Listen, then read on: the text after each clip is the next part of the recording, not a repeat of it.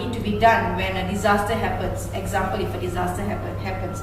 Okay, my next slide is asking you, what is disaster recovery? What do you know about disaster recovery? Can anyone of you tell me? No. How about you, sir? No idea. Okay, let me just explain to you a little bit what I know about disaster recovery. Disaster recovery is something that interrupts your business in case anything happens during normal operation times. Okay, a disaster takes place. So what are things that need to be done in case, let's say, normally during your normal operation hours, disaster take place? So you still want your business to go on as normal, right? Of course, you want your operation hours, normal operation, to go on normal. So that's why it's very, very important for your side to have a DRC. That means an alternate disaster site where you still can operate during your normal business hours. Okay. Now let me tell you the difference between the this chart saying about disruption disaster. Wait. Since your management has subscribed to high-tech disaster recovery services, we will be providing you all these services in case of a disaster. So that is why I'm here today. That is why I'm here today, to briefly explain to you on this. Yes. Okay. This chart shows that on RTO. Okay. What I mean here is you have disruption and also disaster. Disruption is something that happens in a short time of a period. That means you can solve that problem. That means within your RTO hours. Okay, example, let's say if you have a power shutdown. I don't understand. What is RTO? RTO is recovery time objective. That means it means sorry, How long you want to recover to up the system? Correct. Make it fresh. Yeah, maximum period time that how long can you recover before you actually declaring a disaster. That means it must go. It must have within your RTO hours, right? Within your period hours. Let's say 4 hours given to you. Let's say you have a power shutdown now. Okay, within 4 hours, if you don't solve this problem, it's more than your RTO hours, then of course you have to declare a disaster already. So my question is, who sets the RTO? The company itself. That means, let's say Tesco. Okay, they must have their RTO hours, which is No. We are Tesco. Not who are you talking about? The management have to set the IT side. Okay, IT. so according to my record, the RTO for Tesco is? The RTO for Tesco is 4 hours. So within 4 hours, if you can't solve your problem, example, if there's a power shutdown, you have to declare a disaster. Okay? Right? Understand? Can I go for my next slide? Is there any questions so far? Let me give you examples of disruptions and disasters. Talk about this. Okay, let me give you example of disruption and disaster. Like I just mentioned earlier, this disruption can be if there is a power failure, power shutdown.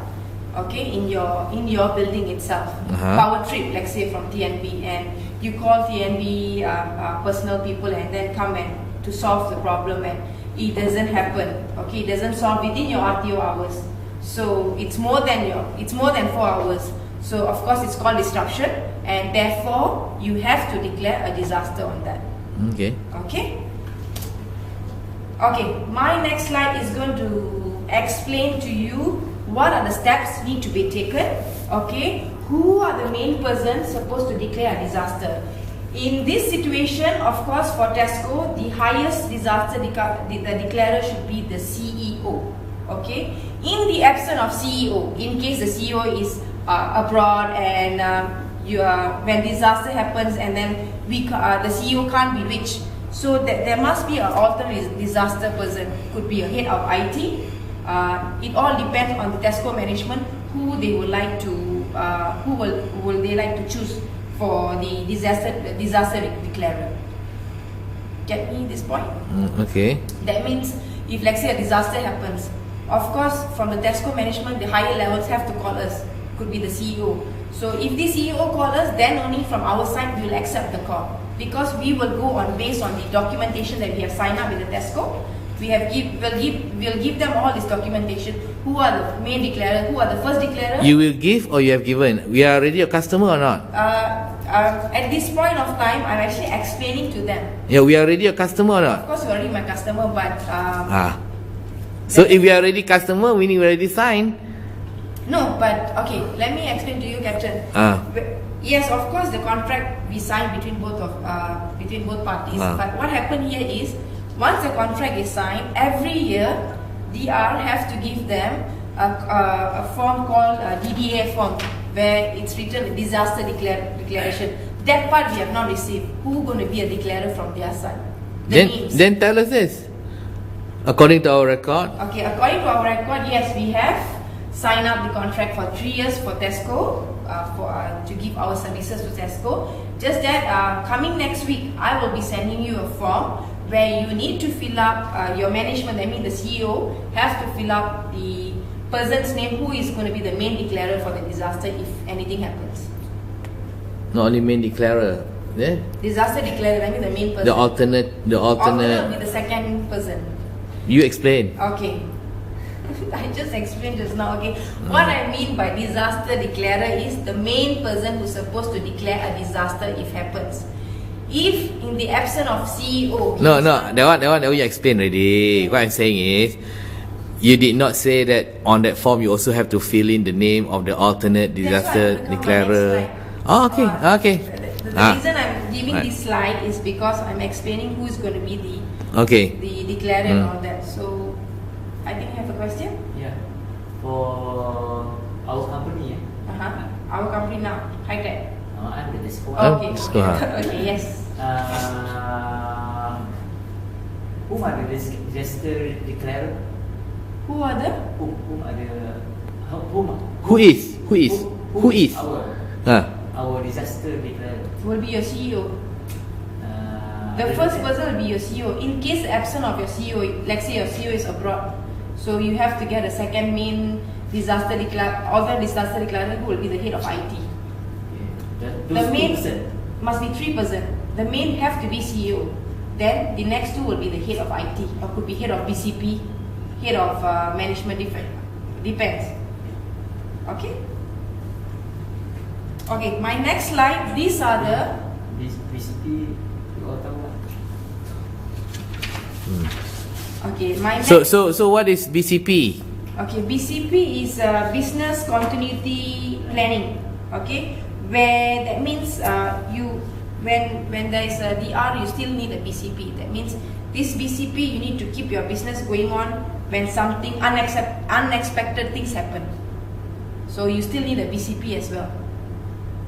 Okay. Now, in this slide, I'm going to explain to you that what are the process flow you need to follow if there is a disaster happens. Okay, firstly there will be the subscriber. That means your CEO. I'm giving example. That means your CEO. Let's say now Tesco is declaring a disaster. Okay, so your CEO have to call our CCC, our Customer Care Unit Center. Okay, call via phone call and inform them that look, there's a disaster happened. I am logging the ticket. I don't think that will happen. I don't think our CEO will call your customer. This is the procedure service center. No, High-Tech. This is the procedure. Procedure normally, the customer has to follow. If the CEO don't call, then who else going to call, Captain? Because these are the forms, the contract that we have signed up with between High-Tech and the customer. If the absence of the CEO, that's why I said the alternate disaster declarer, then it could be the head of IT. How Tom Cruise? Do you think our CEO will call High-Tech customer care center? If they don't call, then they can't declare the disaster. I know, but I'm just asking you. Do you think our CEO we call the High-Tech call center? Huh? The IT head will call this. IT, not the CEO. No, not the CEO. The CEO might not call if he's not around, but if the CEO has given his name at the main place, then he have to call. He have to declare the disaster. If he don't call and declare the disaster, if he doesn't call and declare a disaster, then of course from our side we won't accept as well, because that is the procedure. Unless the absence of CEO, then the alternate disaster declarer, who is the head of IT calls. Actually, what is still not clear, Okay. the benefit of calling the reason to declare a disaster. So earlier you already have disruption. Example. Okay, if So why should we declare a disaster? To get what?